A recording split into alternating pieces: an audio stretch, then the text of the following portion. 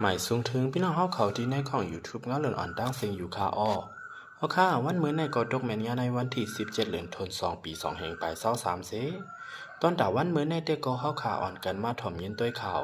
แห่งการเมืองมันคาแหมในหนาปอยจ้ากวนหากันได้เจตอนสมุทรปราการจึงไทยแห่งการยันเมืองกวนหนุ่มเมืองมันสีก็เถียงหม้อตั้งในหนาปอยจ้าหากันคาแหมในหนาไตในนาอัญญาคาแหมไตในก็เป็นเจ้ามันก้วยหนังเก่ามีอายุ23ปีจื่อห้องโปโมเฮง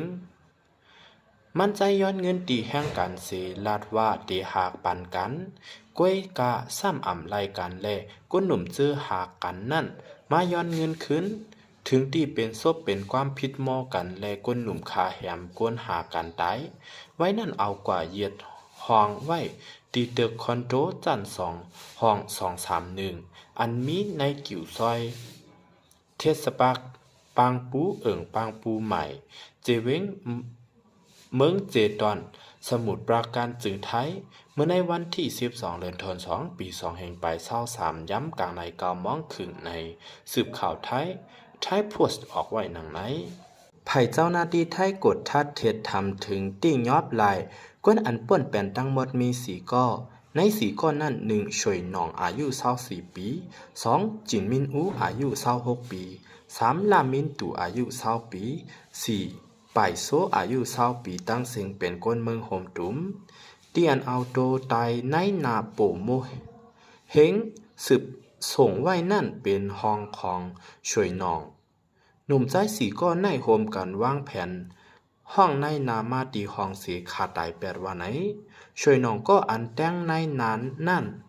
ลาดว่าเฮาคาอ่ำไล่ตังเจอแหมหนังเก่าค่าย้อนเงินอันอ้อยก็ขาดจังมันหากันไว้15,000 ปากวาดนั่นคืนก้อยย้อนเอาเงินกว่าเฮซ้ำอ่ำไล่กันสั่งมาแลย้อนขึ้นก่อก้วยหนามันซ้ำอ่ำปันขึ้นจัง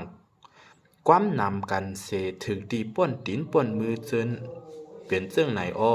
ซุ่มเฮาก็แหมมันตายเย้าก็วันกันล่างมือเสออกไป8ขาออว่าไหนไผ่เจ้าหน้าที่ไทยติ้งยอบกวนป่นเป็นไหลเข้าตัง2วันตีเจตอนระน้องแหล่ตีปังผริจึงไทยใจสู้ลูกจุ้มใต้ยันเมืองลัดในตีผู้ดอยฮอกว่าเขาสีก้อนนั่นแลบฮอดเมืองไทยในไปหึงตารายการนั่นเขาซ้ำเตจังในนาโปโมเฮงเฮ็ดไหนเน่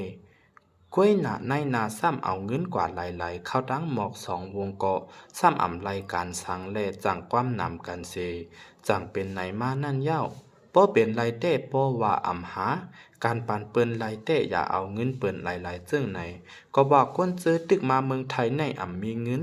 มีตองสั่งว่าไหนเอาค่ะเรื่องสุดก็ย้อนยินจมขอบใจใหญ่นำถึงพี่น้องผู้ปันแห้งเฮาเขากูก็อยู่ค่ะอ้อตอนดาบพี่น้องเฮาเขาป้อเตอำกาดคลิปเดียวเขาเงาใหม่ๆอันเตมาแทงไผดังนั้นนั่นก็แค่นต่อใจติ๊กติดตามใบปันตีในข้อง YouTube เงาเลือนอ่อนในใหญ่ๆนำสีกำค่ะ